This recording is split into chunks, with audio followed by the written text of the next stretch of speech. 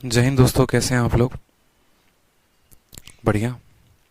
तो चलिए, आज जो है आपकी लास्ट क्लास है नंबर सिस्टम की, ठीक है। हाँ, आज जो है वो लास्ट क्लास है आपके नंबर सिस्टम के डिविजिबिलिटी की, ठीक है। रिमाइंडर की लास्ट क्लास है मेरे भाई। कैमरा जो है बच्चे कह रहे हैं सिर्फ तिरछे है। अच्छा जी, ये बात है। चलिए देखते हैं। अब ठीक है कैमरा, अब ओके है ना। चलो आ जाओ। तो आज लास्ट क्लास है और आज जितने भी क्वेश्चन हैं उनको हम लोग करेंगे, ठीक है। और इस टॉपिक को हम लोग खत्म करेंगे क्योंकि नंबर सिस्टम के एक टॉपिक को हमने बहुत ही खूबसूरत तरीके से कंप्लीट किया है और इसके साथ साथ जो एचसीएफ एलसीएम है हमने उनको भी काफ़ी अच्छे से कंप्लीट किया। तो ये हमारी जो लास्ट क्लास होगी इसमें हम सभी क्वेश्चंस को देखते हैं, एक बार आइए, ठीक है। सबसे पहला सवाल है आपका क्वेश्चन नंबर 67। कहा गया है, देखिए, दो संख्याएं हैं 11,284 और 7,655। इसको किसी 3 डिजिट नंबर से भाग किया गया है तो कहा जाता है it's leaves the same reminder, ठीक है। तो वो 3 डिजिट का नंबर क्या है। जैसा कि आपको पता है एचसीएफएलसीएम में हमने आपको ये क्वेश्चन पढ़ाया था, तभी हमने आपको ये सवाल करवाया कि जब कोई संख्या, जैसे मानो 2 नंबर, ठीक है, जब इनमें से कोई भी संख्या इसको भी विभाजित करती है, इसको भी विभाजित करती है, तो वो संख्या पक्का इनका एचसीएफ होगा, ठीक है, हाईएस्ट कॉमन फैक्टर होगा। समझ में आ गया। 2 number this and this are divided by a 3 digit number, तो इनमें से कोई भी एक संख्या से डिवाइड होने पे रिमाइंडर सेम दे तो वो इसका क्या होगा, तो वो इसका कहीं ना कहीं जो है एचसीएफ होगा। एचसीएफ निकालने का एक और तरीका क्या होता है, वो एक और तरीका ये होता है कि इन दोनों का डिफरेंस देखो, इनका जो डिफरेंस आएगा संख्या या तो वो खुद होगी, नहीं तो उसका कोई फैक्टर होगी। तो हमने कहा ठीक है, यहाँ पर हम देखते हैं क्या हो सकता है क्या नहीं।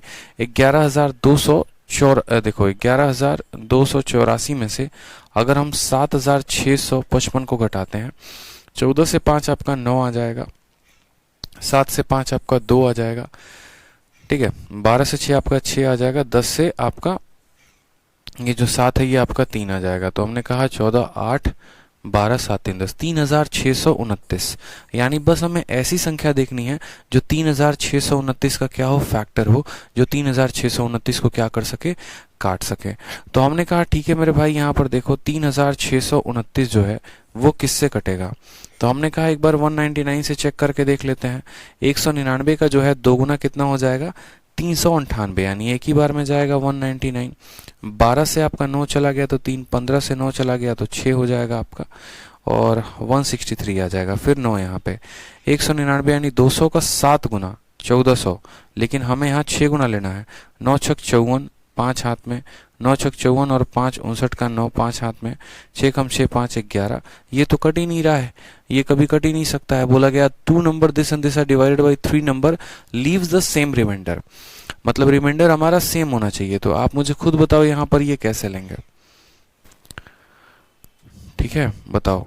संख्या या तो यही होगी, नहीं तो इसका कोई फैक्टर होगा, यानी 199 नहीं हो सकता। तो फिर एक बार एक काम करो, 199 के जगह पे 191 लेके देखते हैं, 191, ठीक है। या बेसिक मेथड से ही कर ले, चलो जो इसका जो बेसिक मेथड है हम वो देखते हैं, सबसे बड़ी बात है जो इसका बेसिक मेथड है वो देखते हैं। कहा गया है दो संख्याएं हैं, हमारा ये है और हमारा ये है, दोनों को डिवाइड किया गया है 3 अंकों के साथ, तो रिमाइंडर सेम आया है। यानी हमें क्या करना है, इनका एचसीएफ निकालना है, सीधी सी बात है। यानी 11,284 कॉमा 7,655, इनका हम क्या निकालेंगे, एचसीएफ। एचसीएफ निकालने के लिए जो है, जैसे कि मैंने बताया, डिफरेंस मेथड से हम काम ले सकते हैं। इसके अलावा जैसे यहाँ पर आप देखेंगे तो ये मुझे सभी के सभी प्राइम नंबर ही लग रहे हैं कहीं ना कहीं। जैसे आप इसमें कुछ खास कह नहीं सकते, 3 से कोई भी डिविजिबल इसमें है नहीं, ठीक है। तो अगर हम यहाँ पर 11,284 का जो है अगर हम लेते हैं और 7,655 का लेते हैं, तो सीधा हमें बड़ी बड़ी संख्याएं देखनी पड़ेंगी। जैसे मानो कि यहाँ पर 7, 5 5 10, 10 से 16 16 और 7 23, हमारा 3 से होगा नहीं, 4 से नहीं होगा, 5 से जो है ये भी नहीं होगा, 6 से अगर हम देखें तो भी नहीं होगा, 7 से 7 9 63 नहीं होगा, 8 से, ऐसे कर करके बड़ी संख्याओं से हमें देखना पड़ेगा मेरे भाई। इनका क्या करना पड़ेगा, बड़ी संख्याओं से हमें देखना पड़ेगा कि ये किससे विभाजित होंगे, ये किससे विभाजित होंगे। बिल्कुल देखिए एक बार आप लोग,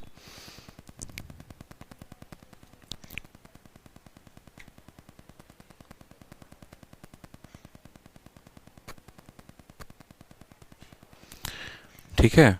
तो देखिए, जैसा कि मैंने आपको क्या कहा कि अभी मैंने आपको बताया था कि ट्रिक जो होता है वो ट्रिक क्या होता है, ट्रिक हमारा ये होता है कि हमें इनका डिफरेंस देखना है।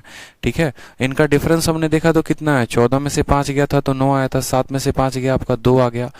ठीक, उसके बाद आपका 12 से 6 गया तो 6 आ गया, और 10 से 3 यानी 3629। तो मैंने आपको यही बात कहा था कि यहाँ जो भी हमारा ऑप्शन होगा ना वो हमारा 3629 का क्या होगा, फैक्टर होगा। और 3629 को 199 से भाग किया तो नहीं कटा। जब ऑप्शन नंबर ए जो है वो नहीं कटा तो हमने कहा ऑप्शन नंबर डी देखते हैं। तो हमने कहा ठीक है, 3629 को 191 के साथ आप भाग करके देखो। एक बार में आपका कितना आ गया, तो 191 आ गया।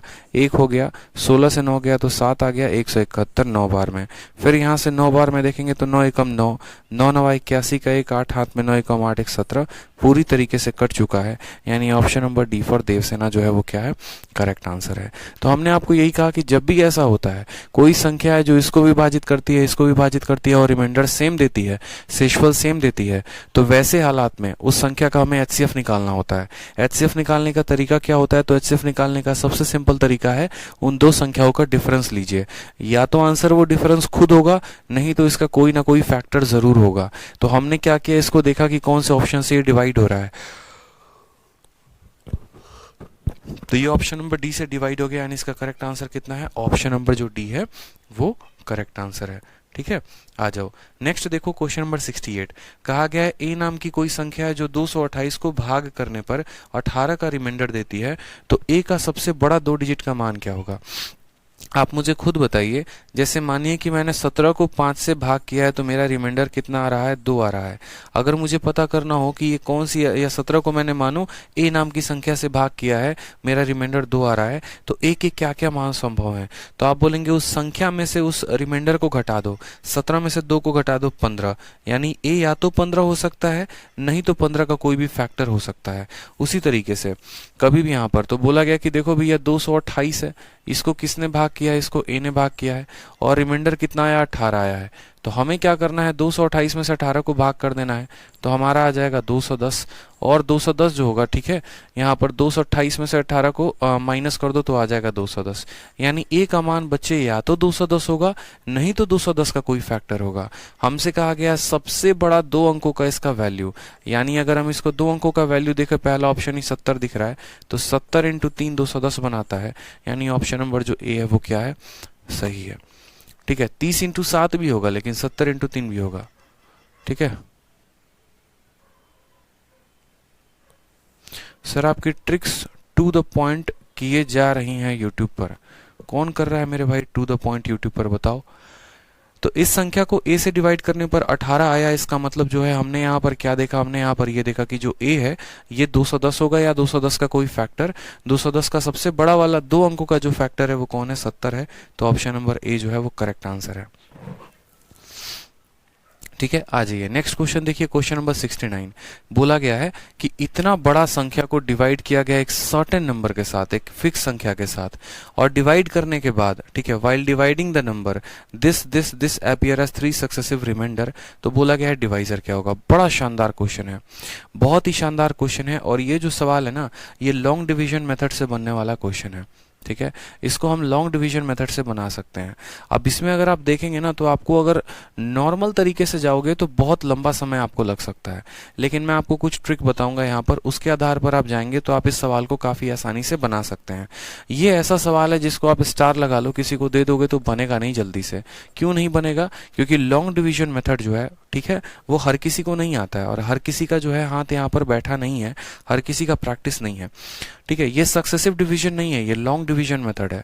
कहा गया कि इसको जब आपने किसी सर्टेन संख्या के साथ डिवाइड किया, तो जो 3 अलग अलग बार रिमाइंडर आए थे ना, वो ये थे। तो बताओ यहाँ पर जो डिवाइजर था वो कितना था। तो हमने कहा ठीक है सर, एक काम करते हैं, बड़ा छोटा सा काम करते हैं, कोई दिक्कत की बात नहीं है, प्यारा सा काम करते हैं यहाँ पे। जैसे मानिए मैं आपको समझाता हूँ लॉन्ग डिवीजन मेथड का मतलब पहले लॉन्ग डिवीजन मेथड होता क्या है। बहुतों को ये बात नहीं पता, तो पहले आप लॉन्ग डिवीजन मेथड को समझिए। ठीक है। फिर उसके बाद हम उस कंसेप्ट पर उसको लेकर चलेंगे और काम अपना करेंगे। तो लॉन्ग डिवीजन मेथड हमारा होता क्या है वो समझिए।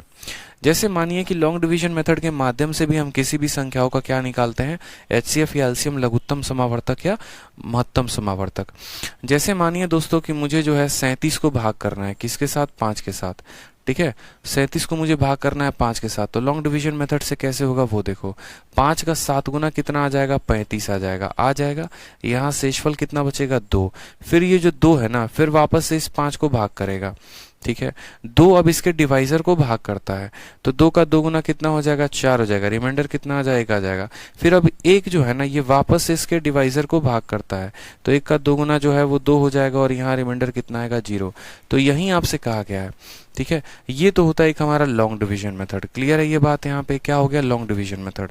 अब सवाल में हमसे यहाँ पर कहा गया है कि देखो ये लॉन्ग डिवीजन मेथड हो भी सकता है, नहीं भी हो सकता, जरूरी नहीं है कि लॉन्ग डिवीजन मेथड हो।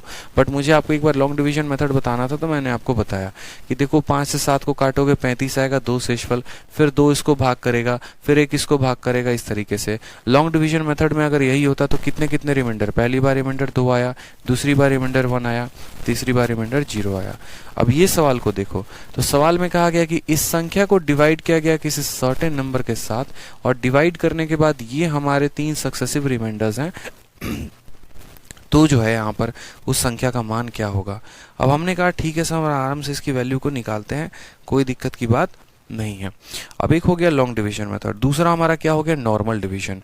अब जैसे मानिए नॉर्मल डिवीजन की हम बात करते हैं तो कैसे करते हैं, और नॉर्मल डिवीजन में अलग अलग रिमाइंडर हमारे कैसे आ जाएंगे, ठीक है। ये आपसे एग्जामिनर कहना का चाहता है। जैसे मान लीजिए कि मैंने आपसे कहा कि 1100, ठीक है, मानो यहाँ पर, या मानो मैंने 537 में कहा कि 537 है, और 537 को 4 से भाग किया गया है, और रिमाइंडर हमारे क्या क्या आए हैं, तो जरा समझिएगा आप इस बात को। 437 को जो है, या 537 को जब 4 से भाग करेंगे, पहली बात 4 एकम कितना हो जाएगा, 4 हो जाएगा। यहाँ रिमाइंडर कितना आ गया, 1 आ गया। यहाँ रिमाइंडर कितना आ गया, 1 आ गया। तो कहा जाएगा कि पहली बार जो आया भाग करने पे रिमाइंडर कितना आया, 1। अब उसके बाद ये 3 अपना उधारी ले लेगा, फिर 4 का 3 गुना कितना हो जाएगा, 12 हो जाएगा। फिर यहाँ रिमाइंडर कितना आया, 1, यानी एक और बार रिमाइंडर R2 जो आया है वो कितना आया है, तो 1 आया है, ठीक है। फिर उसके बाद ये 7 को यहाँ उधारी ले लेंगे, 4 का 4 गुना कितना हो जाएगा, 16 हो जाएगा, और लास्ट में रिमाइंडर कितना आया, 1, यानी R3 जो हो जाएगा 1 हो जाएगा। तो सेम अगर हम यहाँ पर क्या करें, अगर हम इस संख्या को अब यहाँ से गायब कर दें, ठीक है, अगर मानो यही सवाल अब मुझे पूछना हो, सेम यही सवाल मुझे आपसे पूछना हो, थोड़ा सा हटकर भी नहीं, सेम मुझे यही क्वेश्चन आपसे पूछना हो, और मैं आपसे पूछूं कि देखो भैया बात ऐसी है, सिंपल समझना मेरी बात को, बात ऐसी है यहाँ पर कि मैंने क्या किया कि किसी संख्या को मैंने जो है x से भाग किया है, मुझे नहीं पता क्वोशंट क्या है, बस मुझे ये पता है कि ये जो 3 है ना, ये तीनों के तीनों उसके रिमाइंडर है, ये तीनों के तीनों क्या है, इसके रिमाइंडर है। तो बताओ हमने इसको भाग किससे किया था, ठीक। पहली बार हमने क्या किया, भाग करते चले गए, रिमाइंडर आता चला गया। एग्जामिनर यही काम आपके साथ कर रहा है। उसने क्या किया है, उसने इस संख्या को छुपा दिया है, उसने इस संख्या को छुपा दिया है, और सिर्फ आपको कहा है कि ये 3 रिमाइंडर आपको प्राप्त हुए हैं, तो आप मुझे बताइए कि संख्या क्या रही होगी। तो हमने कहा ठीक है, एक काम करते हैं, हम समझते हैं। सबसे पहले यहाँ पर रिमाइंडर पहली बार कितना आया है, 1 आया है। पहली बार रिमाइंडर कितना आया है, 1 आया है, ठीक है। तो यहाँ पर कुछ संख्या रही होगी, पक्का यहाँ पर कोई ना कोई संख्या रही होगी, बताओ यहाँ पे, यहाँ पर कुछ ना कुछ तो संख्या रही होगी ना। अभी पता करेंगे क्या रहा होगा, और x का मान निकालेंगे। तो कैसे निकालेंगे अभी वो देखो। चलो, तो ये पहली बार रिमाइंडर आ गया, 1 आ गया। अब खुद सोचो, 5 में से 1 घटाएंगे तो कितना आएगा, 4 आएगा, यानी इस बक्से के अंदर क्या होना चाहिए था, इस बक्से के अंदर 4 होना चाहिए था, ठीक। फिर उसके बाद देखो, ये पहला रिमाइंडर था। अब अकेले ये तो काम करेगा नहीं, तो वापस से ये क्या करेगा, तो वापस से बोलोगे तो सर ये अपना उधारी लेगा 3 को, यहाँ पर 13, ठीक है। फिर 13 से भाग करने के बाद फिर रिमाइंडर कितना आया था, 1 आया था। यानी अब आप मुझे यहाँ पर खुद बताओ, तो 13 से मतलब यहाँ 13 है और यहाँ 1 है, यानी जो अंदर संख्या थी वो कितनी थी, तो अंदर वाली संख्या कितनी थी, तो 12 थी। फिर उसके बाद यहाँ पर ये 1 अकेला तो बैठेगा नहीं, ये वापस से 7 को बुला लेगा, तो ये 17 हो जाएगा। फिर उसके बाद जब ये 7 को बुला लेगा तो 17 हो जाएगा। फिर रिमाइंडर हमारा कितना है, 1 है, तो 17 में से 1 चला जाएगा तो कितना आ जाएगा बच्चे, तो 17 में से 1 चला जाएगा तो 16 आ जाएगा, ठीक है। यानी यानी हमें यहाँ पर क्या करना है, अगर हमें x की वैल्यू बतानी है तो यहाँ पर 4, 12 और 16 का क्या बताना पड़ेगा, HCF बताना पड़ेगा। क्या बताना पड़ेगा यहाँ पे, HCF ऑफ 4, 12, 16, HCF ऑफ 4, 12, 16 और इनका HCF कितना होगा, 4 होगा। तो यहाँ पर जो आंसर आ जाएगा वो हमारा कितना आ जाएगा, 4 इज द करेक्ट आंसर। ठीक है, बहुत ही सिंपल है, बहुत ही सिंपल है सर, कोई दिक्कत की बात नहीं है। आप यहाँ पर पहले देखिए, आपने माइनस के यहाँ पे ना पहला रिमाइंडर आपने यहाँ लिख दिया 1। आपको हम थोड़ा सा इसको और अच्छे से समझाते हैं ताकि आप इसको पूरा का पूरा माइंड में फिट कर लें। मान लीजिए आपको कुछ समझ में नहीं आता है, आप बस सवाल को देखिए, ये सब कुछ मत लिखिए। आपको सिर्फ पता है ना रिमाइंडर 1 है, तो हमने कहा देखो यहाँ पे काटते चलना। पहली बार रिमाइंडर कितना आया था, 1 आया था। फिर ये इसने उधारी लिया होगा 13 के साथ। फिर उसके बाद क्या होगा कि यहाँ पर जो है, समझते चलो जो मैं बताते चल रहा हूँ, ठीक है, आपके लिए आसान हो जाएगा।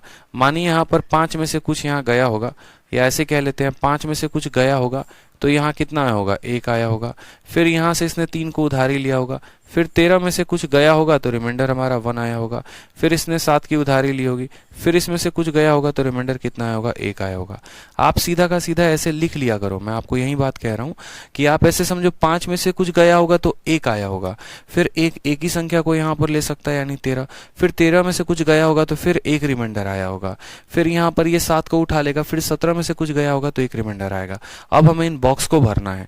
इन बॉक्स को भरना है तो हम कैसे बॉक्स को भरेंगे, तो हम कहेंगे 5 में से 1 गया तो कितना आ जाएगा, 4।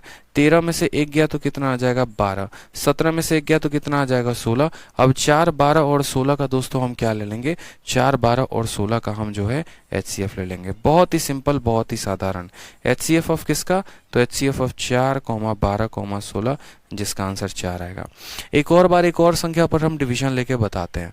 हमने कहा कि मानो x नाम की कोई संख्या है, ठीक है, जिसने हमारा 632 को डिवाइड किया है, और एक बार रिमाइंडर हमारा मान लीजिए कि 1 आया है, दूसरी बार रिमाइंडर हमारा मान लीजिए कि 3 आया है, चौथी बार रिमाइंडर मान लीजिए ऐसे कि हमारा 2 आया है। तो वो x नाम की संख्या क्या हो सकती है, तो हमने कहा ठीक है सर हमें नहीं पता। पहली बार रिमाइंडर कितना आया है, 1 आया है, यानी यहाँ पर 6 में से कुछ घटाया होगा हमने, तो हमारा कितना आया होगा, 1 आया होगा। अब 1 अकेला रहेगा नहीं, इस 3 को कैरी ले लेगा तो 13। फिर 13 में से हमने कुछ घटाया होगा तो रिमाइंडर हमारा 3 आया होगा, ठीक है। फिर उसके बाद अब ये 3 तो अकेला रहेगा नहीं ना, ये 3 फिर इस 2 को उधारी ले लेगा। फिर 32 में से आपने कुछ घटाया होगा तो रिमाइंडर कितना आया होगा, 2 आया होगा। बस यहाँ पर बक्सों को आप भरिए, आपको कुछ नहीं करना है, आपको बक्सों को भरना है। 6 में से 1 घटाएंगे तो आ जाएगा 5, 13 में से 3 घटाएंगे तो आ जाएगा 10, 32 में से 2 घटाएंगे तो आ जाएगा 30। अब आपको यहाँ पर क्या करना है, तो बोलेंगे सर HCF लेंगे किसका, 5, 10 और 30 का। तो पूरी दुनिया को ये बात पता है 5, 10 और 30 का HCF कितना हो जाएगा, 5 हो जाएगा, and 5 is the correct answer. समझ में आ रहा है, बहुत शानदार डॉली जी, बहुत शानदार, क्लियर है, समझ में आ गया आप लोगों को। एक और क्वेश्चन, लास्ट क्वेश्चन दे देते हैं। जैसे मानिए y नाम की कोई संख्या है, इसने 6, 1, 3, 2, 4 को मान लीजिए भाग किया, और इसके अलग अलग रिमाइंडर्स आए, ठीक है, या 6, 1, 3, 2 को भाग किया, इसके अलग अलग रिमाइंडर्स आए हैं। पहला रिमाइंडर 1 आया है, दूसरा रिमाइंडर इसका 2 आया है, तीसरा रिमाइंडर इसका मान लीजिए 3 आया है, चौथा रिमाइंडर मैं कहता हूँ मान लीजिए 4 आया है, ठीक है। हमने कहा संख्या पता करो क्या होगा, ठीक है, हमने कहा संख्या पता करो क्या होगा। हमने कहा देखो कोई बात नहीं, यहाँ पे सबसे पहले पहला रिमाइंडर कितना आया है, 1 आया है, तो 6 में से कुछ घटा होगा तो 1 आया होगा। फिर 1 इस 1 को उधारी लेगा। फिर 11 में से कुछ घटा होगा मेरे भाई तो 2 आया होगा। फिर 2 इस 3 का उधारी लेगा 23। फिर 23 में से कुछ घटा होगा तो हमारा 3 आया होगा। फिर 3 इस 2 का उधारी लेगा 32। फिर 32 में से कुछ घटा होगा तो कितना आया होगा, 4 आया होगा। आप ऐसे लिखते चलो बस। उसके बाद क्या करो, इनके जगह पे इनके रिक्त स्थानों को भरो। 6 में से 1 चला गया तो कितना आ गया, 5। 11 से 2 चला गया तो 9। 23 में से 3 चला गया तो आ गया आपका 20, ठीक है। फिर 32 से 4 चला गया तो कितना आ गया, 28 आ गया। समझ में आ गया बात। 6 से 1 गया 5, 11 से 2 गया 9, 23 से 3 गया इतना। अब हमें जो एलसीएम लेना है वो कितना लेना है, 5 का, 9 का, 20 का और 28 का। क्या लेना है दोस्तों हमें, तो HCF लेना है। क्या इनके में कोई कॉमन फैक्टर है, नहीं है, यानी आंसर कितना होगा, 1 होगा, ठीक है। आंसर कितना होगा, 1 होगा, कि इनके बीच में कोई कॉमन फैक्टर नहीं है। जब कोई कॉमन फैक्टर नहीं है तो मतलब आंसर क्या है, 1 है। तो जो हमारा क्वेश्चन अब हमसे पूछा गया वो अच्छा लेवल का क्वेश्चन है, नया क्वेश्चन है, जीमैट का क्वेश्चन है, कैट लेवल का क्वेश्चन है ये, और ये क्वेश्चन आपसे पूछा गया है, पेपर में आ सकता है, ध्यान रखें यहाँ पे, ठीक है। तो हमने कहा न्यू बैच कब आ रहा है, न्यू बैच सीजीएल के कंप्लीट होते ही नया बैच आ रहा है। जैसे सीजीएल का परीक्षा अभी आपका प्री का खत्म होगा वैसे नया बैच आएगा नेक्स्ट ईयर के लिए, ठीक है। तो सवाल में हमसे कहा गया सेम इतना को डिवाइड किया गया है, यानी 6 4 3 2 9 इसको डिवाइड किया गया मान लीजिए x के साथ, और उसके बाद डिवाइड करने के बाद रिमाइंडर क्या आया है तो 175। तो आप ऐसे समझ लो यहाँ पे कि इसमें से जो है कुछ भाग किया गया, इसमें से माइनस किया गया होगा तो कितना आया होगा 175। फिर 175 यहाँ से 2 को उधारी लेगा, फिर उसमें से हमने कुछ घटाया होगा तो हमारा कितना होगा 114 करके, फिर 114 इसने इस 9 से उधारी ली होगी, फिर इसमें से हमने कुछ घटाया होगा तो लास्ट में हमारा कितना होगा 213 आया होगा। कितना आया होगा 213 आया होगा। समझ में आ गया बात यहाँ पे। अब बस यहाँ पर आपको क्या करना है, रिक्त स्थानों को भरना है, ठीक है। पहले इसमें से कुछ घटाया होगा तो 175, ये 2 उधारे ले लेगा, फिर इसमें से कुछ घटाया होगा तो 114, फिर 9 उधारे ले लेगा, फिर कुछ घटाया होगा तो इतना।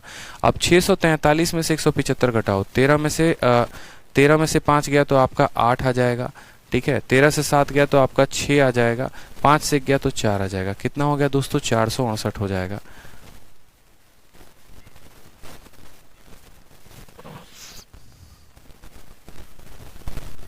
फिर 1752 में से आप 114 को घटा दो, 12 से 4 गया तो आपका 8 आ जाएगा, ठीक है। 4 से गया तो आपका 3 आ जाएगा, और यहाँ पर साथ में इसको थोड़ा सा है ना मिटा देते हैं, इसको मिटा देते हैं ताकि लिखना आसान होगा। तो 12 से 4 गया तो आपका 8 आ गया, ठीक है। 4 से आपका 1 गया तो 3 आ गया, 17 से गया 16 आ गया। देखो यहाँ 8 4 12, 3 1 4 1 5, 16 1 17। फिर यहाँ देखेंगे आप तो बोलेंगे सर देखो 1149, पूरा का पूरा 1149 में से आप इसको घटा के देखो, पूरा का पूरा 1149 से घटा के देखो। 9 से आपका 3 चला गया तो कितना आएगा, यहाँ इसको हटा देते हैं, ठीक है। आपका 9 से 3 चला गया तो आपका 6 आ जाएगा, 4 से गया तो 3 आएगा, 11 से 2 गया तो 9 आएगा। यानी अब हमें जो HCF निकालना है वो किनका निकालना है, तो जो जो संख्याएं काले अंकों से लिखी गई हैं, यानी यहाँ पर 468, 1638, 936, हमें इन सब का क्या निकालना है, HCF निकालना है। सबसे छोटी वाली संख्या होगी, नहीं तो इसका कोई फैक्टर होगा। 468 का फैक्टर 234 मुझे यहाँ दिख रहा है, ऑप्शन नंबर जो सी है वो करेक्ट आंसर है। 468 का आधा है 234, यानी यही आंसर होगा। 234 इसको भी काटेगा, इसको भी काटेगा और इसको भी काटेगा। क्लियर हो गया यहाँ पे बात, समझ में आ गया कि नहीं आ गया। तो ये डिवीजन वाला प्रोसेस समझ में आया, कुछ नया पूछने की कोशिश थी, क्लियर हुआ आपको, बताइए क्लियर हुआ कि नहीं हुआ, बताइए। ठीक है, आ जाइए नेक्स्ट क्वेश्चन पर आ जाइए दोस्तों, अगले सवाल पे आ जाइए। वीडियो थोड़ा कम समझ में आया तो रिवाइंड करके ज़रूर देखेंगे। बहुत अलग अलग एग्जाम्पल लेने की कोशिश की मैंने और समझाने की भी कोशिश की है, ठीक है। बस आपको समझना है, छोटे डेटा पर आप कंफ्यूज नहीं होते हैं, बड़े डेटा पर बड़े आसानी से कंफ्यूज हो जाते हैं, तो कंफ्यूज नहीं होना है।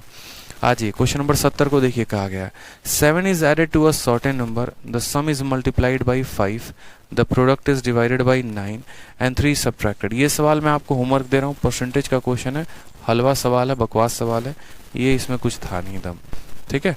आ जाओ नेक्स्ट क्वेश्चन देखो बच्चे, नेक्स्ट क्वेश्चन क्या कहा गया 71 कहा गया if 243 gives a reminder of 4, यदि 243 4 जो है शेषफल देती है, कब, जब हम उसको n से भाग करते हैं। समझिएगा 243 को जब हम n के साथ भाग करते हैं तो रिमाइंडर हमारा कितना आता है, 4 आता है, ठीक है। What will be the reminder, what will be the reminder जब हम 482 को डिवाइड करें इस n के दोगुने के साथ यानी 2n के साथ, assuming that quotient in both the cases is same, ठीक है। जो यहाँ पर कोशेंट आएगा वही यहाँ पर भी कोशेंट आएगा, कोशेंट हमारा सेम होगा, तो बताओ यहाँ रिमाइंडर कितना होगा। कोशेंट अगर सेम होगा तो मानो यहाँ रिमाइंडर कितना होगा।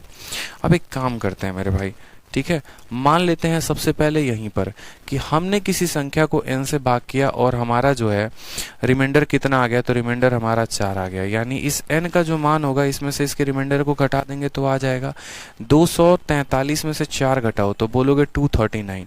यानी यहाँ पर हम कह सकते हैं, यानी यहाँ पर ये हम कह सकते हैं कि जो ये n का मान होगा ना मेरे भाई, या तो 239 होगा, नहीं तो इसका कोई फैक्टर होगा।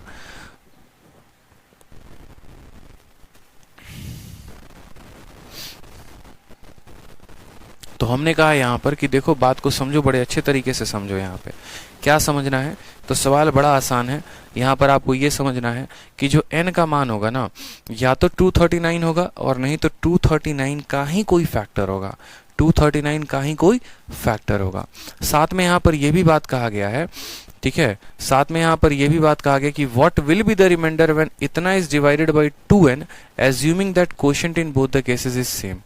अब यहाँ पर एक काम करते हैं, हमने यहाँ पर आपसे क्या कहा, फिलहाल बस आप यहीं पर फोकस करिए कि इस संख्या को n से भाग करने पे शेषफल 4 आया है, यानी ये संख्या क्या होगी, तो इस संख्या का मान निकालना है। जैसे मैं हमेशा कहता हूं ना कि 17 को 5 से भाग करने पर रिमाइंडर 2 आया है, तो हमें अगर पता करना है, या फिर ऐसे कि 17 को किसी भी संख्या के साथ भाग करने पर रिमाइंडर हमारा 2 आया है, तो अगर हमें इस n का मान पता करना है तो 17 में से 2 घटाओ 15 आएगा, नहीं तो 15 का कोई फैक्टर होगा, यानी n के जगह पर 15 ले सकते हैं, नहीं तो कोई उसका फैक्टर। उसी तरीके से n के जगह पर यहाँ कितना होगा 239। अब मान लीजिए यहाँ पर हम साइड में रखते हैं कि हम 239 से किसको भाग करते हैं, 239 से हम 243 को भाग करते हैं, तो हमारा जो क्वोशंट है, भागफल है, वो कितना आएगा, 1 आएगा। 1 आएगा तो हमारा रिमाइंडर कितना हो जाएगा 4, यानी ये अगर हमारी संख्या थी तो हमारा क्वोशंट कितना था, 1 था, और हमारा रिमाइंडर कितना था, 4 था। अब हमसे कहा गया है कि आप जो है 482 को 243 के जगह पे 482 को भाग करिए, ठीक है, और आप इस संख्या के 2 गुना n के 2 गुने से भाग करिए। 239 का 2 गुना कितना होता है, 478 होता है, ठीक है। साथ में आपका जो क्वोशंट है वो उतना ही आना चाहिए, तो एक बार इसको भाग करके देखते हैं। 478 से 482 को भाग किए तो 1 आ गया, ठीक है, और यहाँ रिमाइंडर हमारा कितना बच गया, तो 4। यहाँ क्वोशंट कितना है, 1, यहाँ क्वोशंट कितना है, 1। क्या दोनों जगह क्वोशंट सेम है, जी हाँ बिल्कुल सेम है, तो आंसर कितना आ जाएगा, 4 आएगा। ऑप्शन नंबर जो बी है वो करेक्ट आंसर होगा। बोला गया ना कि आपको लेना है और आपको डिवाइड करना है, और डिवाइड करने के दौरान आपको ये बात ध्यान रखना है कि दोनों का क्वोशंट सेम होना चाहिए। यहाँ भी भागफल 1, यहाँ भी भागफल 1। तो बोला गया जब उस संख्या को 2n से भाग करेंगे आप, जब उस संख्या को आप 2n से भाग करेंगे, बोला गया ना जब 482 को जो है आप 2n के साथ भाग करेंगे, यानी 478 के साथ, तो शेषफल कितना आएगा, 4 आएगा। तो आंसर कितना होगा, 4 होगा, ठीक है। चलो आ जाओ नेक्स्ट, देखो यहाँ पे एक बहुत बड़ी संख्या दी गई है, ठीक है, और यहाँ पर कहा गया कि यदि हम इसको 16 से भाग करें तो क्या होगा। ऐसे सवाल मेंस के मॉक टेस्ट में पूछे जाते हैं। तो अब हमने यहाँ पर कहा कि ये संख्या को हमें 16 से भाग करना है। अब हमें अगर 16 से भाग करना है तो हम क्या करेंगे, बहुत आसानी से हम ये बात समझेंगे, ठीक है, बहुत आसानी से हम ये बात समझ जाएंगे कि भैया 16 से भाग करना है। देखो आपको मैंने बहुत बार डिविजिबिलिटी पढ़ाई हुई है, 2 का, 4 का, 8 का, 16 का, और मैंने क्या पढ़ाया है अच्छे से समझना, रूल ऑफ 2 का पावर n, ठीक है, इसको हम कह सकते हैं रूल ऑफ 2 का पावर n, ठीक है, कि अगर 2 का पावर n है ना तो सिर्फ लास्ट डिजिट को ये डिवाइड करेगा। लास्ट डिजिट की डिविजिबिलिटी देखिए, बात खत्म। जैसे मान लीजिए मैंने यहाँ संख्या लिखा 24, 32, 64, 512। अब मैंने मान लीजिए कि यहाँ पर लिखा, मैंने कहा इतनी बड़ी संख्या है, चेक करिए कि 2 से कटेगा कि नहीं, तो बस लास्ट के अंक को देख लो। फिर उसी तरीके से यहाँ पर, ठीक है, ये 2 का है। फिर जैसे मानो 4 का नियम चेक करना है, 4 किसका होता है, 2 का पावर 2 होता है, यानी यहाँ पर हमें आखिरी के 2 अंक देखने हैं। अगर आखिरी के 2 अंक जो हैं, अगर आखिरी के 2 अंक, ठीक है, लास्ट के 2 डिजिट हमारे 4 से कट जाएंगे तो पूरी की पूरी संख्या कट जाएगी। यहाँ आखिरी के 2 अंक देखो 12, 12 क्या 4 से कटता है, जी हाँ बिल्कुल कटता है। अगर 12 4 से कटता है इसका मतलब ये पूरी की पूरी संख्या 4 से कट जाएगी। फिर उसके बाद बात आती है 8 की, तो 8 का नियम क्या कहता है, 8 का नियम कहता है 2 का पावर 3, यानी लास्ट के कितने डिजिट, 3 डिजिट, आखिरी के आप 3 डिजिट देखो, 512, 512 8 से कटता है, बिल्कुल। अगर 512 8 से कटता है मतलब ये पूरी की पूरी संख्या 8 से कट जाएगी। यही कहानी आगे तक भी चलती रहेगी। जैसे मानिए मुझे 16 का चेक करना है, तो 16 का चेक करने के लिए मैं 2 के पावर 4 को चेक करूंगा, यानी मैं लास्ट के 4 अंकों को देखूंगा। आखिरी के 4 अंक अगर मेरे 16 से कट गए तो ठीक है, और अगर नहीं कटे तो कोई दिक्कत की बात नहीं है, ठीक है। समझ में आ गया बात यहाँ पे। तो इस तरीके से हमें रूल ऑफ 2 का पावर n हमें देखना है। चूंकि ये सवाल में कहा गया कि बताओ ये पूरी की पूरी संख्या को अगर हम 16 से भाग करते हैं तो जो है कितना रिमाइंडर आएगा। डिविजिबिलिटी में यही सवाल आपसे पूछा जाता है कि डिविजिबल है कि नहीं, और रिमाइंडर में यही सवाल में पूछा जाता है कि अगर यहाँ भाग करोगे तो रिमाइंडर कितना आएगा। तो हमने कहा कोई बात नहीं, ये जो संख्या चल रही है ये आपको कहीं ना कहीं गिनती है, 1 2 3 4 5 6 7 8 9 10 11 12 करते करते 50 51 52 53 54 55 तक गई हुई है। यानी हमें देखो किसका नियम चेक करना है, 16 का, और 16 का नियम चेक करने के लिए हमें जो है क्या चाहिए होता है, बस लास्ट के 4 अंक चाहिए होते हैं, लास्ट के 4 अंक। यानी यहाँ पर लास्ट के तो 2 अंक हमें पता है, और ये कितना है 55 है, ये कितना है मेरे भाई 55। तो इसके पिछला वाला अंक कितना होगा, वो 54 होगा, सीधी सी बात है। फिर उसके पिछला कितना होगा, 53 होगा।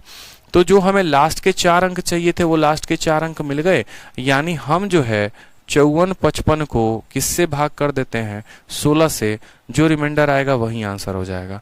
16 का 3 गुना कितना हो जाएगा, 48, ठीक है। फिर आपका हो जाएगा 65, 16 का 4 गुना हो जाएगा 64, फिर आपका आ जाएगा 15, एक यहाँ 5 यहाँ, आंसर कितना आएगा 15, option number B for Baahubali, बात खत्म, ठीक है। तो हमने यही यहाँ पर कहा कि अगर यहाँ आठ का बोला होता ना, आखिरी के 3 अंक चेक करते हैं, आखिरी के 3 अंक चेक करते तो ये संख्या कैसे आई होती पता है, ये संख्या ऐसे आई है 53, 54, 55, आखिरी के 3 चेक करने थे तो 455 को भाग लगाते हैं। 16 का चेक करना था तो आखिरी के 4 अंक हम डिवाइड करेंगे, यानी 54 55 को डिवाइड करेंगे, 54 55 को 16 से डिवाइड के रिमाइंडर कितना है 15, वही हमारा आंसर है, ठीक है। तो पावर जितना होगा उतना ही डिजिट हम चेक करेंगे। पावर अगर यहाँ पर मानो 2 का पावर, और ये रूल ऑफ 2 का पावर n में नहीं, रूल ऑफ 5 के पावर में भी लगेगा, 5 का पावर वाला भी सिस्टम यही होता है, ठीक है। अगर यहाँ पर 5 का पावर 1 रहेगा तो लास्ट डिजिट, 5 का पावर 2 रहेगा तो लास्ट के 2 अंक, 5 का पावर 3 रहेगा तो इसमें, यानी ये रूल ऑफ 2 का पावर n और 5 का पावर n जो है वो क्या है, सेम है। क्लियर है बच्चे, दाऊद शेख, बहुत शानदार आंसर आ रहा है सभी का, कितना है तो 15 जो है वो करेक्ट आंसर है। आ जाइए नेक्स्ट क्वेश्चन देखिए आप लोग, क्वेश्चन नंबर 73, बहुत ही प्यारा क्वेश्चन है। क्या बोला गया, बोला गया 3 संख्याएं हैं 1 2 और 3, सबको डिवाइड किया गया है 3 अंकों के संख्या के साथ, तो एक कांस्टेंट रिमाइंडर आता है, n का मान क्या हो सकता है। वापस से मैंने आपसे क्या कहा, वापस से मैंने आपसे कहा कि हमने ये सभी सवाल HCFL से मैं करवा दिए हैं कि कोई एक फिक्स संख्या जो इन तीनों को काटे, जो इन तीनों को काटेगी यानी वो इनका HCF होगी, ठीक है। एक फिक्स संख्या जो तीनों को डिवाइड करने पर सेम रिमाइंडर दे, यानी वो फिक्स संख्या HCF होगी। और HCF निकालने का तरीका क्या होता है, आप इसका डिफरेंस निकालो, इसका डिफरेंस निकालो और उन डिफरेंस का HCF निकाल दो, वही हमारा आंसर होगा। तो ये सवाल भी आप लोगों के लिए होमवर्क, ठीक है। अब तक मैंने सारे सवाल करवाए हैं, बट अब जो सवाल रिपीट हो रहे हैं बार बार, तो मुझे लगता है ये सब सवाल आप लोग कर सकते हैं। आप करेंगे तो ज्यादा अच्छे समझ में आएगा, तो इसको आप करेंगे, ठीक। आ जाइए नेक्स्ट क्वेश्चन देखिए, क्वेश्चन नंबर 74, ठीक है। 74 जो है अभी यहाँ पर देखो क्या बोला गया है, बोला गया है कि Ritvik made a mistake of dividing a particular number by 11। Ritvik ने गलती क्या की है, ऋत्विक ने यहाँ पर गलती ये की है कि किसी संख्या को उसने जो है 11 से भाग कर दिया है, और किससे भाग करना था तो 9 से भाग करना था। इससे ये क्या महसूस हुआ, it was observe that a reminder has increased by 4। पहले हमारा जो शेषफल आ रहा था और अब जो हमारा शेषफल आ रहा है उसमें 4 का अंतर है। इफ द 2 क्वोशंट्स डिफर बाई 2 तो नंबर कितना होगा, ठीक है। हलवा है सब ये कर लूंगा सर, बिल्कुल। ये भी जो है अर्चना कहती है वॉइस ठीक नहीं है, वॉइस कैसे ठीक नहीं है अर्चना जी, इतनी बढ़िया साउंड आ रही है, बताइए, ठीक है। तो ये भी सवाल आप लोगों को क्या करना है, ट्राई करना है। ये सवाल भी हलवा है, कोई दिक्कत की बात नहीं है, आप इसको ट्राई जरूर करेंगे घर पे, ठीक है। आ जाइए नेक्स्ट क्वेश्चन देखिए, 75 नंबर क्वेश्चन। ये एक ढंग का क्वेश्चन है और आपके पेपर में बहुत बार पूछा जाता है। अब ऐसे सवाल जो आपके पेपर में पूछे जाएंगे तो क्या करना है, छोड़ के जाना है, बनाना है, बिल्कुल बनाना है। और ऐसे सवाल आपके परम्यूटेशन कॉम्बिनेशन के मैंने यूनिट डिजिट में ही पढ़ा रखे थे थोड़ा बहुत, अब आवश्यकता यहाँ पर भी है तो यहाँ पर भी पढ़ लेते हैं कि यहाँ पर देखो 1 फैक्टोरियल, 2 फैक्टोरियल, 3 फैक्टोरियल, 4 फैक्टोरियल, ऐसे करते करते करते करते 120 फैक्टोरियल हैं, उनको हमें जो है 15 से डिवाइड करना है, तो रिमाइंडर क्या होगा। अब यहाँ पर जो है इन सभी सवाल को करने के लिए हमें जो है छोटा सा बात समझना पड़ेगा कि पहले फैक्टोरियल होता क्या है। क्योंकि मैंने आपको फैक्टोरियल जो है बहुत अच्छे से पढ़ा रखा है यूनिट डिजिट में, बट फिर भी दोबारा से हम आपको बता देते हैं। फैक्टोरियल का मतलब जो होता है ना, अगर हम a फैक्टोरियल लिखते हैं तो इसको या तो लिखते हैं हम 1 फैक्टोरियल ऐसे, या फिर हम इसको जो है इसको लिखने के तरीके ऐसे भी कह सकते हैं, ठीक है। अगर किसी संख्या का हम फैक्टोरियल लिख रहे हैं 5 फैक्टोरियल, तो इसका मतलब होता है कि हम उसको 5 से लेकर 1 तक का गुना लगा रहे हैं, 5 × 4 × 3 × 2 × 1, ये होता है मेरे भाई 1 फैक्टोरियल। कि मतलब जहां से शुरू हुआ वहां से उसको गुना करते करते 1 तक आना है, ठीक है। 7 फैक्टोरियल अगर हमने लिखा है तो इसका मतलब 7 से लेकर 6 से लेकर 5 4 3 2 1 तक ऐसे चलकर ये आएगा, इसी को हम क्या कहते हैं, फैक्टोरियल कहते हैं। समझ में आ गया बात। यहाँ पे फैक्टोरियल में 2 तरह के प्रश्न पूछे जाते हैं, एक सम के ऊपर पूछा जाता है, एक मल्टीप्लाई के ऊपर। रिमाइंडर में जो क्वेश्चन बनता है वो सम के ऊपर ही क्वेश्चन बनता है। और सम में क्वेश्चन कैसे पूछा जाएगा बच्चे, जैसे मान लो कि कल के दिन मैंने आपसे ये पूछ दिया कि 1 फैक्टोरियल को प्लस 2 फैक्टोरियल को प्लस यहाँ 3 फैक्टोरियल को प्लस 4 फैक्टोरियल को मान लीजिए कि हम किससे भाग करना चाहते हैं, 3 से भाग करेंगे, तो हमारा जो रिमाइंडर है वो कितना आएगा। ठीक है, अब आप इसको दो तरीके से कर सकते हैं। एक तरीका तो आपका ये हो सकता है कि आप इसको बेसिक से कर लो, ठीक है, और दूसरा मतलब सबको अलग अलग स्प्लिट करके, और नहीं तो आप इसको ऐसे कर लो कि सब समझने की बात है सर। 1 फैक्टोरियल का मतलब होता है 1, 2 फैक्टोरियल का मतलब कितना होता है, 2 होता है। ठीक है, 3 फैक्टोरियल का मतलब होता है 1 इंटू 2 इंटू 3 होता है। जो जो लिख रहा हूँ बस अभी देखते चलो। 4 फैक्टोरियल का मतलब क्या होता है, 1 से लेकर कहाँ तक जाना है हमें दोस्तों, 4 तक जाना है। 3 से भाग करना है तो पहला वाला भी 3 से भाग, ये भी आपका 3 से भाग, ये भी आपका 3 से भाग, ये भी आपका 3 से भाग। अभी हम आपको बस समझाने के लिए लिख रहे हैं, ठीक है, ताकि आप समझिए। अब मुझे यहाँ बताइए, यदि आप a को 3 से भाग करेंगे तो रिमाइंडर कितना आएगा, 1 आएगा। यदि आप 2 को 3 से भाग करेंगे तो रिमाइंडर कितना आएगा, 2 आएगा। ठीक है, यदि आप यहाँ पर इसको 3 से भाग करेंगे तो 3 को तो काट देगा, मतलब यहाँ रिमाइंडर कितना आना है, 0। यहाँ आप 3 से भाग करेंगे तो रिमाइंडर कितना आएगा, 0। यानी इसके बाद अब जहां तक हम जाएंगे हर जगह हमें रिमाइंडर कितना मिलेगा, हर जगह हमें रिमाइंडर 0 ही मिलने वाला है। यानी अगर यहाँ 5 फैक्टोरियल भी आगे प्लस में होता, उसको भी हम 3 से भाग करते तो रिमाइंडर 0 आता। 6 फैक्टोरियल भी आगे होता, उसको भी हम 3 से भाग करते तो रिमाइंडर 0 आता।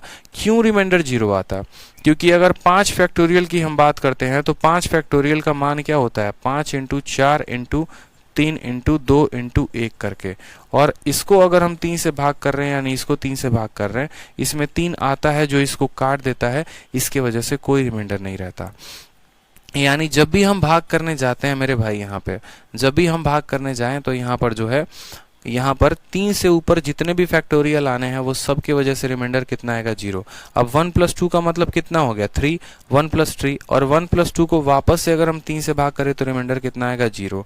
तो ये एक समझाने के लिए बात थी। सेम तरीके से हमें यहाँ सवाल दिया गया है, 1 फैक्टोरियल से गिनती को शुरू किया गया है, 120 तक ले गया गया है। मैंने कहा 120 तक क्यों रुक गए, तुम 130 तक जाते, 140 तक जाते, 150 तक जाते, कहीं पर भी चले जाओ, क्या फर्क पड़ता है, जोड़ो पहले। ये आपका 1 फैक्टोरियल है, ये आपका 2 फैक्टोरियल है, ये आपका 3 फैक्टोरियल है, 4 फैक्टोरियल है, 5 फैक्टोरियल है, और इसके बाद तो गिनती कहीं जाएगी हमें पता भी नहीं। किससे हमें भाग करना है, 15 से। हमने कहा ठीक है, 1 फैक्टोरियल का मान 1, 2 फैक्टोरियल का मान 2, 3 फैक्टोरियल का मान बोलेंगे तो सर 1 इंटू 2 इंटू 3 हो जाएगा। 4 फैक्टोरियल का मान यहाँ पर ऐसे भी कह सकते हो, 3 फैक्टोरियल का मान 1 इंटू 2 इंटू 3 यानी 6 हो जाएगा। 4 फैक्टोरियल का मान देखो तो 4 फैक्टोरियल का मतलब 1 इंटू 2 इंटू 3 इंटू 4 यानी कितना हो जाएगा, तो 24 हो जाएगा।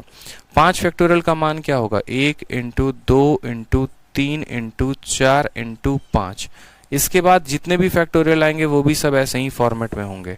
15 से भाग करना है, 15 से भाग करना है तो मुझे यहाँ बताओ, सबको जोड़ दो, 24 6 30, 30 2 32, 32 1 33, यानी ये जो 33 है इसको 15 से भाग करेंगे, प्लस यहाँ पर इन सब संख्याओं को हमने एक साथ काउंट कर दिया, और साथ में अब यहाँ वाले को देखो। अब जब 15 इसको भाग करने जाएगा तो 3 और 5 से 15 कट जाएगा, यानी 5 फैक्टोरियल जो है वो किससे कट रहा है, 5 फैक्टोरियल 15 से कट रहा है। अगर 5 फैक्टोरियल 15 से कट रहा है ना, तो इसके बाद की जितनी भी संख्याएं होंगी सारी की सारी 15 से कट जाएंगी। यानी आने वाली जितनी भी संख्याएं, आगे आने वाली जितनी भी संख्याएं होंगी, सबके वजह से रिमाइंडर कितना मिलेगा, 0। अब यहाँ पर देखेंगे तो 24 और 6 30 ऐसे ही जा चुका है, ठीक है। 2 और 1 कितना बचा है, 3 बचा है, देखो यहाँ पे, ठीक है।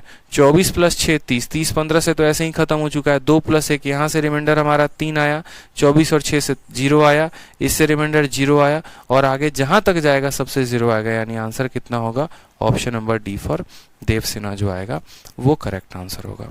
तो बड़ा सिंपल था, 1 factorial, 2 factorial, 3 factorial, 4 factorial, 5 factorial, ऐसे करके 15 से हमें भाग करना था। हमने कहा ठीक है हम भाग कर लेते हैं, कोई इशू की बात नहीं है। इसका मान 1, इसका मान 2, इसका मान 6, इसका मान 24, 5 फैक्टोरियल 15 से कट जाएगा। अगर 5 कटेगा तो आगे आने वाली हर संख्या जो है वो 15 से कट जानी है, यानी आगे से कोई भी रिमाइंडर नहीं मिलेगा, 0 मिलेगा, और यहाँ से हमें 3 मिलेगा। तो करेक्ट आंसर कितना होगा दोस्तों, 3 हो जाएगा। ठीक है, आ जाइए नेक्स्ट क्वेश्चन देखिए, क्वेश्चन नंबर 76। अब क्वेश्चन नंबर 76 बताने के पहले हम आपको कितनी बार बताए हैं a का पावर n प्लस b का पावर n का कंसेप्ट, अगर आपको याद होगा तो हमने आपको पढ़ाया है, क्या पढ़ाया है कि a का पावर n प्लस b का power n is always divisible by a plus b। कब, जब हमारा n जो है वो क्या है, ऑड नंबर है। जब हमारा n क्या है, ऑड नंबर है। कई बार हमने आपको बताने की कोशिश की है। क्या बताया हमने आपको, देखो जैसे एक एग्जांपल की अगर हम बात करें, अगर मानो 3 का पावर 5 है और 7 का पावर 5 है, या फिर ऐसे समझ लो 3 का पावर 5 है और 4 का पावर 5 है, या फिर 15 है और 15 है, तो ये 100% 3 + 4 यानी 7 से डिविजिबल होगा। और जब 7 से ये डिविजिबल होगा तो रिमाइंडर कितना, 0 देगा। a का पावर n प्लस b का power n is always divisible by a plus b if n is odd. Clear है? ठीक है, तो बस यहाँ पर वही बात हमसे बोला गया है कि भैया 12 का क्यूब यहाँ पे क्या क्या है, 12 का क्यूब प्लस यहाँ पर जो है वो 13 का क्यूब है, प्लस यहाँ पर 14 का क्यूब है, और प्लस यहाँ 15 का क्यूब है। किससे डिवाइड करना है? तो हमसे कहा गया कि इसको तुम 9 से डिवाइड करो और तब बताओ रिमाइंडर कितना होगा। ठीक है, तो हमने कहा ठीक है, एक काम करते हैं, 12 और 15 देखो ये 27 बना रहे हैं, तो हमने कहा 12 का क्यूब प्लस 15 का क्यूब को हम एक साइड ले लेते हैं, एक खोपचे में ले लेते हैं और 9 से भाग कर देते हैं। उसी तरीके से यहाँ पर 14 और 13 ये भी 27 बना रहे हैं, तो आप यहीं पर भी जो है देख सकते हो कि 12 और 15 ये 27 बना रहे हैं। 12 का क्यूब प्लस 15 का क्यूब क्या है, तो 12 प्लस 15, देखो पावर हर जगह सेम है, कोई दिक्कत की बात नहीं। 12 प्लस 15 27, 27 क्या 9 से कट जाएगा, तो बोलोगे हाँ सर, यानी 12 का क्यूब प्लस 15 के क्यूब की वजह से रिमाइंडर कितना, 0। फिर 13 और 14 कितना बना रहा है, 27, 27 का 9 से कट जाएगा, हाँ जी 0, यानी ओवरऑल इसका आंसर कितना आएगा, 0 आएगा। 0 इज द करेक्ट आंसर। बहुत ही सिंपल है, 12 का क्यूब और 15 का क्यूब यानी 12 प्लस 15, a का पावर n प्लस b का power n is always divisible by a plus b, यानी ये 12 प्लस 15 27 से डिविजिबल होगा, और अगर 27 से कटेगा तो 9 से तो 100% कटेगा। उसी तरीके से 13 का क्यूब प्लस 14 का क्यूब हमेशा 27 से कटेगा, और 27 से कटेगा तो 9 से कटेगा ही कटेगा। क्लियर है ये बात? यहाँ पे 77 आ जाओ, नेक्स्ट क्वेश्चन पे आ रहा, सेम कंसेप्ट पर। ठीक है, सेम सवाल। ठीक है, इस सवाल को थोड़ा अभी कुछ देर के लिए होल्ड पर रखते हैं, इस पे हम आएंगे 77 पे आराम से तसल्ली से, चिंता मत करो, पहले बाकी क्वेश्चंस हम लोग कर लें। ठीक है, आ जाओ 78 नंबर सवाल को देखो, 16 का क्यूब प्लस 17 का क्यूब प्लस 18 का क्यूब प्लस 19 का क्यूब। ठीक है, अगर हम इसको 70 से भाग करें तो क्या होगा? मैंने आप लोग को सेम वाला कंसेप्ट बताया था, याद करना। मैंने आपको क्या बताया था कि a का पावर n प्लस b का पावर n किससे डिविजिबल होगा, a प्लस b से। कब? जब हमारा n जो होगा वो क्या होगा, ऑड होगा। उसी तरीके से यहाँ पर हम कह सकते हैं a का पावर n प्लस b का पावर n प्लस c का पावर n किससे डिविजिबल होगा, a plus b plus c से। कब? जब n हमारा क्या हो जाएगा, तो ऑड हो जाएगा। सेम हमने आपको ये भी कहा था कि a का पावर n प्लस b का पावर n प्लस c का पावर n प्लस d का पावर n किससे कटेगा, तो a plus b plus c plus d से कटेगा। कब? जब हमारा n जो होगा वो क्या होगा, ऑड होगा। मतलब ऊपर जो जो संख्याएं हैं ये उनके सम से कट जाएगा। कब? जब मेरे भाई यहाँ पर n जो होगा वो क्या होगा, ऑड होगा। तो सेम काम हमें यहाँ करना है। हमने कहा a का पावर n प्लस b का पावर n प्लस c का पावर n प्लस d का power n is always divisible by a plus b plus c plus d, यानी 16 प्लस 17 प्लस 18 प्लस 19, इन सब को जोड़ो तो कितना आएगा, 70। यानी ये पूरी की पूरी संख्या हो जाएगी किससे डिविजिबल, 70 से। और जब ये 70 से कटेगी तो क्या कुछ रिमाइंडर देगी, तो बोलेंगे नहीं गुरुजी नहीं देगी, यानी आंसर कितना आएगा, 0। आंसर कितना आएगा मेरे भाई, तो 0 आएगा, और 0 जो होगा वो क्या होगा, इसका करेक्ट आंसर होगा। ठीक है, a का पावर n, b का पावर n, c का पावर n, d का power n is always divisible by a plus b plus c plus d, यानी इज ऑलवेज डिविजिबल बाई 70। तो 70 से कटेगा तो क्या आएगा, रिमाइंडर कुछ देगा, बिल्कुल भी नहीं देगा। ठीक है, बिल्कुल भी नहीं देने वाला है। आ जाओ नेक्स्ट क्वेश्चन देखो, 79 नंबर, प्यारा क्वेश्चन, अच्छा क्वेश्चन। क्या बोला? बोला है कि जब किसी नंबर n को हम डिवाइड करते हैं d से तो रिमाइंडर 41 आता है। जब हम उस n को डिवाइड करते हैं 12d से तो रिमाइंडर 105 आता है। आप मुझे बताओ कि जब हम उस n को डिवाइड करेंगे 6d से तो रिमाइंडर हमारा कितना आएगा। ठीक है, तो रिमाइंडर हमारा कितना आएगा। बहुत ही प्यारा सवाल। बोला गया व्हेन n को, जब देखो कब कोई संख्या है उसको हमने d से भाग किया तो रिमाइंडर हमारा कितना आया, 41 आया। आज हम उसी संख्या को किससे भाग कर रहे हैं मेरे भाई, तो उसी संख्या को हम 12d से भाग कर रहे हैं तो रिमाइंडर हमारा कितना आ रहा है, तो हम बोलेंगे सर रिमाइंडर हमारा 105 आ रहा है। ठीक है, बोला गया कि बताओ उसी संख्या को तुम 12d के जगह पर किससे भाग करोगे, 6d से भाग करोगे तो तुम्हारा रिमाइंडर कितना आएगा, तुम्हारा रिमाइंडर जो है वो कितना आएगा।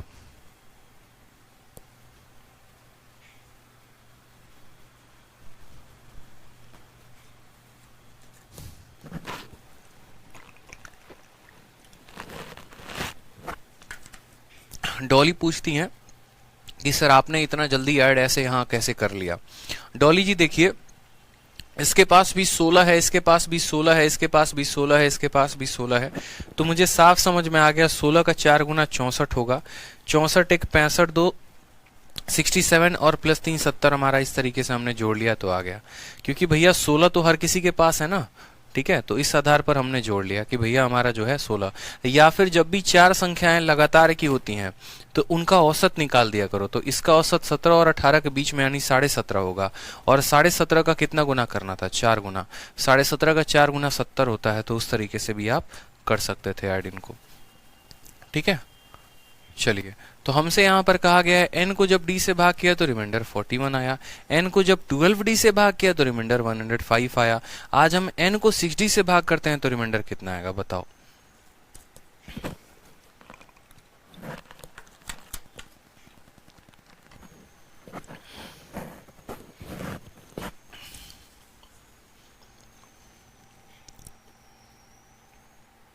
देखिए, ऐसा सवाल हमने आपसे करवा दिया है, ऐसा सवाल हमने आपका एक करवा दिया है, बाकी फिर भी हम लोग कर लेते हैं, कोई दिक्कत की बात नहीं है। मैं हमेशा कहता हूं कोई दिक्कत की बात नहीं है।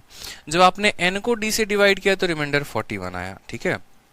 हम यहाँ लिख लेते हैं साइड में, n को जब हमने d से डिवाइड किया तो रिमाइंडर हमारा कितना आया, 41 आया। इसके बाद हमसे कहा गया n को 12d के साथ डिवाइड करना है, n को हमें 12d के साथ डिवाइड करना है, तो रिमाइंडर हमारा कितना आएगा, 105 आया। यही तो बातें बोली गई हैं बस। उसके बाद हमसे कहा गया कि n को आप 6d के साथ डिवाइड करो तो रिमाइंडर कितना आएगा। हमने कहा ठीक है सर, देखते हैं सवाल में क्या कहा गया क्या नहीं। n को d के साथ डिवाइड किया गया है, तो हमने कहा देखो, जब भी कोई संख्या होती है ना, ठीक है, जैसे मानो कि हम n को जो है, या फिर आप ऐसे समझ लो, n को हम डिवाइड करते हैं किसी संख्या d के साथ, ठीक है, और हमारा रिमाइंडर r आता है, तो कभी भी हम क्या लिखते हैं, वो नंबर बराबर डिवाइजर इनटू, मान लो अपने मन से कोई भी एक कोशेंट, तो डिवाइजर इनटू कोशेंट प्लस क्या हो जाता है, रिमाइंडर, ठीक है। डिविडेंड बराबर क्या होता है, डिविडेंड बराबर divisor into quotient plus reminder, होता है कि नहीं होता है, तो हमने कहा हाँ सर। उसी आधार पर आप क्या कर लीजिए, कोई संख्या मान लीजिए, यानी n जो होगा वो क्या होगा, तो यहाँ पर d इंटू, ठीक है, कोई एक कोशेंट रहा होगा, मान लो dq1 रहा होगा, प्लस कितना हो जाएगा, रिमाइंडर। यहाँ से अगर हम उसी n का मान निकालना चाहें तो यहाँ पर ये कितना हो जाएगा, 12d हो जाएगा, और 12d किसी और कोशेंट के साथ मल्टीप्लाई हुआ होगा, तो हम कह सकते हैं dq2 प्लस कितना हो जाएगा, 105 हो जाएगा। यहाँ पे n दोनों जगह बराबर है तो दोनों जगह बराबर करिए, लेकिन क्या उससे कोई फायदा निकलने वाला है, मुझे ये बताइए, ठीक है, क्या उससे कोई फायदा निकलने वाला है। 79 का C, बहुत बच्चे आंसर दे रहे हैं सर 79 का C होगा, बताओ।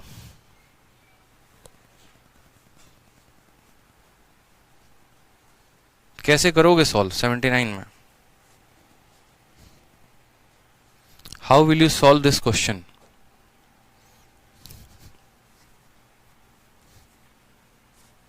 बताओ, अगर हम इसको इस तरीके से लेके जाते हैं जैसे मैंने आपसे कहा कि यहाँ पर, तो यहाँ पर आप देखेंगे ना, बोलेंगे अगर हम इन दो लोगों को बराबर करेंगे, वेरिएबल हमारे पास 3 है, इक्वेशन हमारे पास 2 है, सॉल्व करना मुश्किल है, फिर कैसे करोगे आप उसको डिवाइड, बताओ।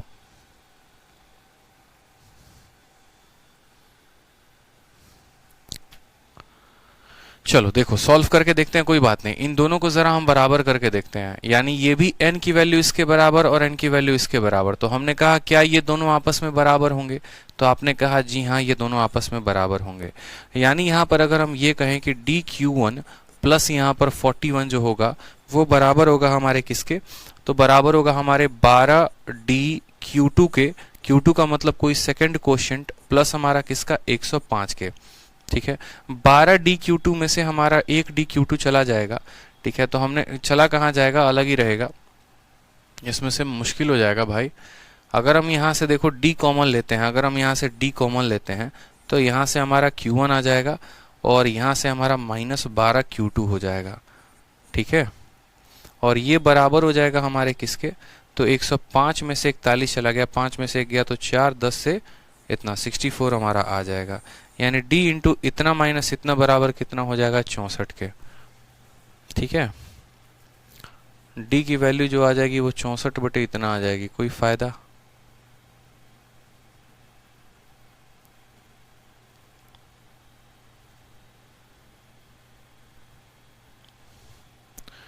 डी की वैल्यू जो आ जाएगी वो इतनी आ जाएगी, एन की वैल्यू हमें चाहिए। एक काम करो, एन की वैल्यू निकालनी है तो डिवाइजर तो इसको भी काट देगा। इसमें जो है ना कोई शॉर्ट अप्रोच लगाओ आप, ये सब फालतू अप्रोच से काम नहीं चलेगा, कोई शॉर्ट अप्रोच लगाओ आप इसमें। n को जब d से भाग किया तो रिमाइंडर 41 आ रहा है, n को जब d के 12 गुना के साथ भाग किया तो रिमाइंडर 105 आ रहा है। असल में हमारा कितना आना चाहिए था, 41 का 12 गुना करने पर देखेंगे यहाँ, अगर हम 41 का 12 गुना करते हैं दोस्तों यहाँ पर कितना आएगा, 12 कम 12 का 2 हाथ में, 1 12 चुके 48 एक 49, 492 आना चाहिए। लेकिन 492 के स्थान पर रिमाइंडर हमारा कितना आ रहा है, 105 आ रहा है। 12 से 5 गया तो 7 आ जाएगा, यहाँ हमारा 8 आ जाएगा और ये हमारा 3 आ जाएगा। यानी जो भी हमारा आंसर होगा ना वो हमारा कितना होगा, तो बोलेंगे सर हमने डिवाइजर का 12 गुना किया तो रिमाइंडर भी अपने आप का 12 गुना होना चाहिए। 12 कम 12 का 2, एक हाथ में 48 एक 49, लेकिन हमारा जो रिमाइंडर है वो 105 है, यानी 387 हो रहा है। ठीक है, हमें क्या आ रहा है 387, यानी यहाँ पर जो d की वैल्यू है वो d की वैल्यू कितनी आएगी, जो डिवाइजर होगा या तो 387 होगा, नहीं तो 387 का कोई भी एक फैक्टर होगा। ठीक है, देखिए यहाँ पर आप ऐसे समझिए, मैं आपको थोड़ा आसान समझा देता हूँ, आप ऐसे समझ लीजिए। देखिए थोड़ा सा आसान हम आपको समझा देते हैं, ये सब बातों को छोड़िए। यहाँ पर क्या कहा गया है, ये थोड़ा सा मैं चाइनीज रिमाइंडर थ्योरम लगाने की यहाँ कोशिश कर रहा था, बहुत आसान है समझना। आप ऐसे समझिए, जैसे मानिए किसी संख्या को जो है हमने भाग किया किसके साथ, 2 के साथ। ठीक है, तो हमारा रिमाइंडर कितना आ गया, मान लीजिए 1 आ गया। ठीक, अब हम उस संख्या को क्या करते हैं, इसके 2 गुने के साथ, 4 गुने के साथ, 5 गुने के साथ भाग करते हैं। तो जैसा कि मैंने आपको बताया कि अगर डिवाइजर अपने आप का 2 गुना होगा तो रिमाइंडर भी अपने आप का कायदे से 2 गुना होना चाहिए था। बताओ होना चाहिए था कि नहीं होना चाहिए था, तो हमने कहा हाँ सर। तो यहाँ पर अगर हमने यहाँ पर देखो डिवाइजर को आपने 12 गुना कर दिया है, ठीक है, नंबर को 12 गुना नहीं किया, इनको डिवाइड किया डी से, तो डिवाइजर रिमाइंडर आपका 41 आ रहा है। अब इनको आप 12 डी से आप डिवाइड कर रहे हो, उस डिवाइजर के 12 गुना से आप डिवाइड कर रहे हो, यानी n की वैल्यू जो है यहाँ पर अगर हम बोले, इस सवाल को है ना स्टार मार्क लगाओ, पहले आराम से आएंगे, तसल्ली से भी सॉल्व करेंगे। तब तक एक बार क्वेश्चन नंबर 80 कर लेते हैं, क्योंकि टाइम हमारे पास कम है। ठीक है, उलझ के रह गए उसमें तो फायदा होगा नहीं, आराम से करेंगे। क्वेश्चन नंबर 80 को एक बार देख लीजिए आप लोग, क्वेश्चन नंबर 80 को एक बार आप लोग देख लीजिए, आराम से करेंगे, कोई दिक्कत नहीं है। क्वेश्चन नंबर 80 को तब तक एक बार आप लोग देखिए, क्वेश्चन नंबर 80 को एक बार आप लोग देखिए और बनाइए कि क्वेश्चन नंबर 80 में क्या कहता है।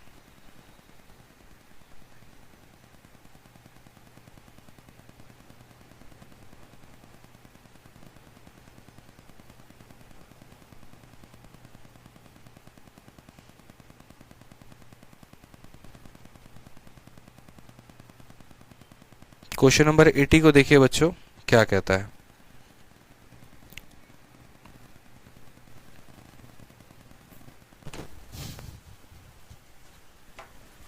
क्लास है सर क्या आप?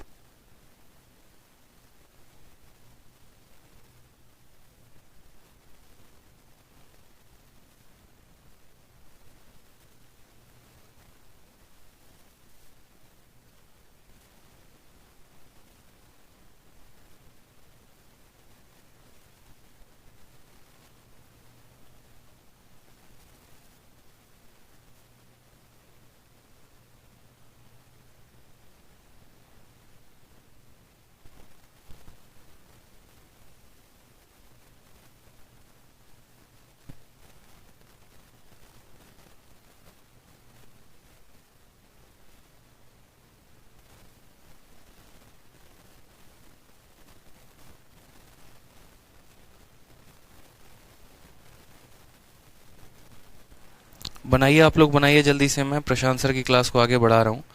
अभी प्रशांत सर की क्लास होने की क्लास के इवेंट को मैं चेंज कर रहा हूँ। बनाइए आप लोग।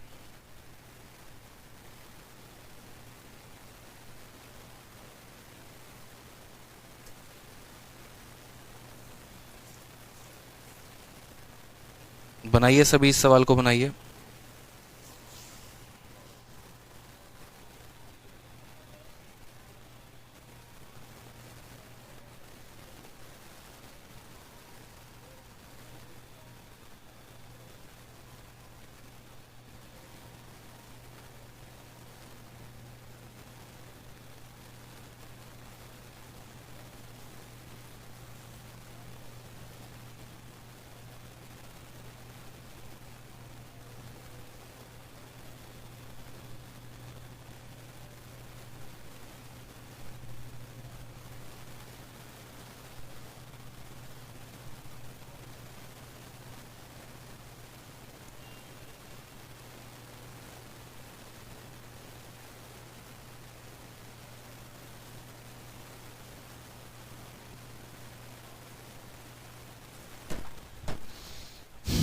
बन गया। देखो बहुत आसान क्वेश्चन है, सिंपल क्वेश्चन है, ठीक है। मैं सर की क्लास को आगे थोड़ा सा बढ़ा रहा था।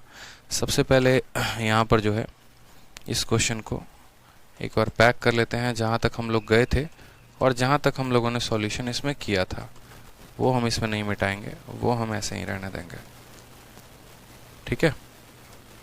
चलिए आ जाइए। तो सबसे पहले 80 नंबर सवाल को देखिए, बोला गया है what is the reminder when 1 का पावर 1, 2 का पावर 2, 3 का पावर 3, 4 का पावर 4 ऐसे कर करके सभी संख्याओं को 4 से विभाजित किया जाए तो। अब आप मुझे बताइए 1 का पावर 1, जब इसको आप 4 के साथ भाग करेंगे तो रिमाइंडर कितना आएगा, 1 आएगा। जब आप 2 के पावर 2 को यानी 2 के पावर 2 को जब आप 4 से भाग करोगे तो रिमाइंडर कितना आना है, 0 आना है, ठीक है। फिर उसके बाद आप 3 के पावर 3, 3 का पावर 3 कितना होता है, 27 होता है, उसको जब आप 4 के साथ भाग करोगे तो कितना आएगा, तो बोलोगे सर यहाँ रिमाइंडर हमारा 3 आना है, ठीक है। आप ऐसे समझते चलो, आपको समझ में आ जाएगी कहानी। 1 का पावर 1 प्लस 2 का पावर 2 प्लस 3 का पावर 3 प्लस 4 का पावर 4 प्लस 5 का पावर 5 प्लस 6 का पावर 6, और इसी तरीके से कर करके बहुत सारी कहानियां होंगी। जितना नंबर होगा उतना। इन सब को मुझे किससे भाग करना है, तो मुझे 4 से भाग करना है, ठीक है। मैंने आपको कहा कि जब 4 इसको भाग करेगा तो रिमाइंडर 1 देगा। जब 4 आपके 2 के पावर 2 को भाग करेगा रिमाइंडर 0 देगा। 3 का क्यूब 27 होता है, 4 इसको भाग करेगा तो रिमाइंडर 3 देगा। 4 अपने आप को भाग करेगा तो रिमाइंडर 0 देगा, ठीक है। 4 यहाँ पर जब भाग करेगा तो रिमाइंडर हमारा 1 देगा। फिर 4 6 वाले को भाग करेगा, 6 के पावर 6 में क्या आ जाएगा, 6 आपका कई बार आएगा, 6 बार आएगा। इसको जब 4 भाग करने जाएगा तो ये कट जाएगा 3 बार में, फिर ये कट जाएगा 3 बार में, यानी यहाँ से रिमाइंडर कितना आएगा, 0 आएगा। फिर यहाँ से अगले वाले से रिमाइंडर कितना आएगा, तो फिर आप 7 वाले में देखोगे ना तो आपको रिमाइंडर 3 मिलेगा। तो असल में क्या हो रहा है, यहाँ पर पेयरिंग हो रहा है, यहाँ पर ट्रिपलेट चल रहा है। और ट्रिपलेट क्या चल रहा है, पहले रिमाइंडर 1 आ रहा है, फिर 0 आ रहा है, फिर 3 आ रहा है, फिर 0 आ रहा है, फिर 1 आ रहा है, फिर 0 आ रहा है, फिर 3 आ रहा है, फिर 0 आ रहा है, ठीक है। ऐसे कर करके हमें रिमाइंडर मिल रहे हैं। 4 जब इसको भाग कर रहा है तो रिमाइंडर 1 आ रहा है, 4 जब इसको भाग कर रहा है 0, 4 जब इसको भाग कर रहा है 3, फिर इसको भाग कर रहा है 0, 1030, फिर 1030, और ऐसे कर करके हर 4 संख्याओं का जोड़ा बनता चला जा रहा है। टोटल संख्या 100 तक गई है, यानी ऐसे कितने जोड़े बनेंगे, 25 जोड़े। एक और बात, अब इसमें भी आप 4 का भाग लगाओ, इसमें भी आप 4 का भाग लगाओ। तो आपने कहा 3 + 1 4, 4 जिसे डिवाइड हो गया, फिर आपने कहा 3 + 1 4 डिवाइड हो गया, यानी हर 4 संख्या के वजह से रिमाइंडर 0। तो ऐसे 4 के टोटल 25 जोड़े बनेंगे, हर जोड़े की वजह से रिमाइंडर 0, यानी इसका टोटल आंसर कितना आ जाएगा, तो इसका टोटल आंसर मेरे भाई 0 आ जाएगा। क्लियर है, टोटल आंसर कितना आ जाएगा, 0 आ जाएगा। तो ये बात हमें ध्यान रखना था। 1 का पावर 1, 2 का पावर 2, 3 का पावर 3, 4 का पावर 4। शुरू के 4 संख्याओं को देखा, उनके चलते रिमाइंडर 0, आगे के 4 देखा, उनके चलते 0, ऐसे 4 संख्याओं को 25 बार देखा, हर बार रिमाइंडर 0, यानी टोटल आंसर कितना आना है, 0 आना है। अब आ जाइए क्वेश्चन नंबर 79 पे। 79 नंबर सवाल में कहा गया कि n नाम के संख्या को d से डिवाइड करने पर रिमाइंडर 41 आ रहा है। n नाम के संख्या को 12d से डिवाइड करने पर रिमाइंडर 105 आ रहा है, उसको 6d से डिवाइड करेंगे तो रिमाइंडर कितना आएगा। मैंने आपसे कहा कि मानिए जब n को आप d से डिवाइड करते हैं तो रिमाइंडर 41 आता है, यानी n की वैल्यू d Q1 + 41 हो गई। मान लेते हैं d डिवाइजर है, ये क्वोशिएंट है, ये रिमाइंडर है। अगर हम उस n को 12d से डिवाइड करते हैं तो रिमाइंडर आता है इतना, यानी नंबर बराबर divisor into quotient plus reminder.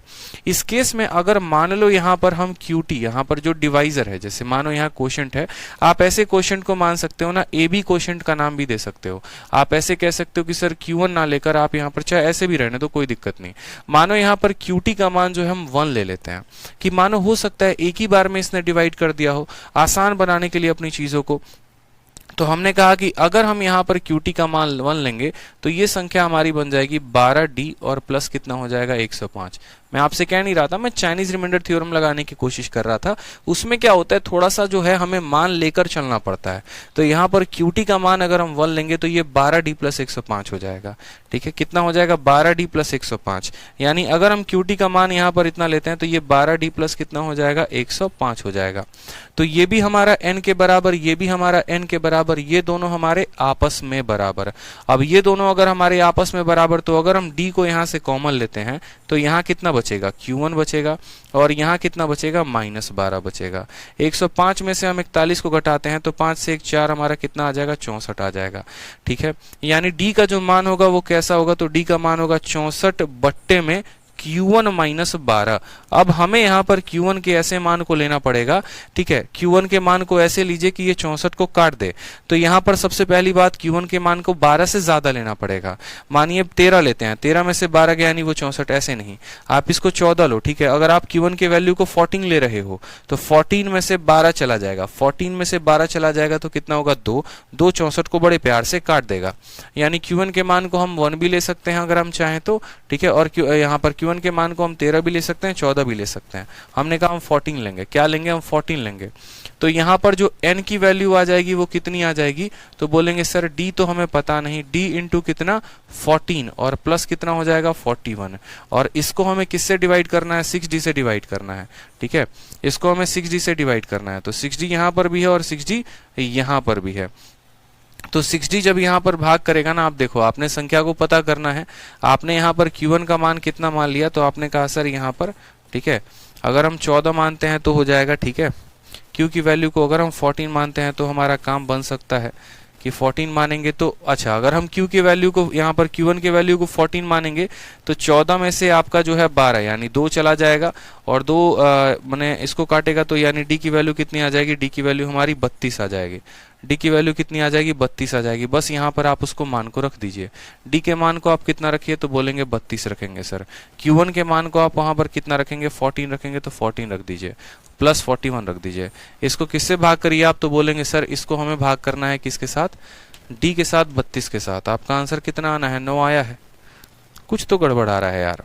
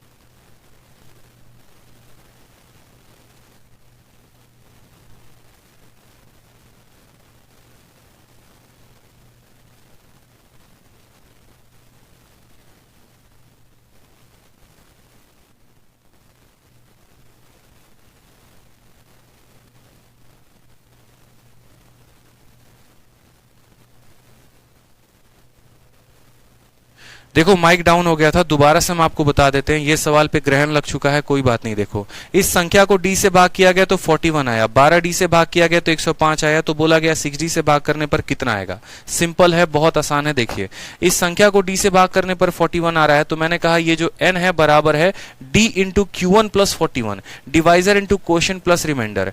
फिर मैंने कहा यही n को अगर हम किसी दूसरे क्वेश्चन के रेस्पेक्ट में लिखते हैं तो 12d Q2 प्लस 105 हो जाएगा, ठीक है। फिर हमने कहा कि यार ये दोनों को आपस में बराबर करो, लेकिन आपस में बराबर करने के लिए क्या करो, Q2 को 1 मान लो। Q2 को जब 1 मानोगे तो ये 12d प्लस 105 के बराबर हो जाएगा। 12d प्लस 105 के बराबर हो चुका है। अब मैंने कहा कि यहाँ n का मान इतना है, यहाँ n का मान इतना है, इन दोनों को आपस में इक्वेट करते हैं।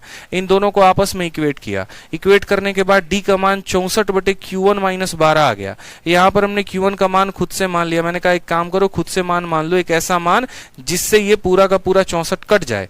तो हमने यहाँ पर 13 रखा, तो अगर हम Q1 का मान 13 रखेंगे तो D का मान 64 आएगा। हमने कहा नहीं 13 नहीं रखते हैं, 14 रखते हैं। 14 रखा तो यहाँ पर D का मान 32 आ गया। तो Q1 को 14 रखने पर D का मान 32 आ रहा है। तो इस आधार पर सबसे पहले हमने संख्या का पता लगा लिया कि D का मान कितना 32, Q1 का मान 14, तो यहाँ संख्या आ गई 489। और इस 489 को हमें 6D के साथ भाग करना था। एक D का मान 32 है तो 6D का मान 192। अब इस संख्या को 192 के साथ भाग करने के बाद हमने रिमाइंडर देखा तो कितना आ गया 105, और यही जो है हमारा क्या है, करेक्ट आंसर है। तो इस आधार पर हमने जितना कराया आप उसको करिए अच्छे से। हमारे तरफ से ये पूरा का पूरा होता है शीट खत्म, ठीक है। उसके बाद जो आपका नेक्स्ट टॉपिक रह जाएगा वो हम करवा देंगे, ठीक है। आज के लिए मन लगाकर पढ़िए। अच्छा सवाल था, लास्ट वाला सवाल था, जीमेट का क्वेश्चन था, जल्दी आपको उसका सॉल्यूशन मिलेगा नहीं कहीं पे, तो उसको थोड़ा सा अच्छे से प्रैक्टिस कर लीजिएगा। बाकी एसएससी के वो मेंस में पूछा जा सकता है, प्री में उसके आने की संभावना नहीं है। खुश रहिए, मस्त रहिए, ध्यान रखिए। Love you all, take care.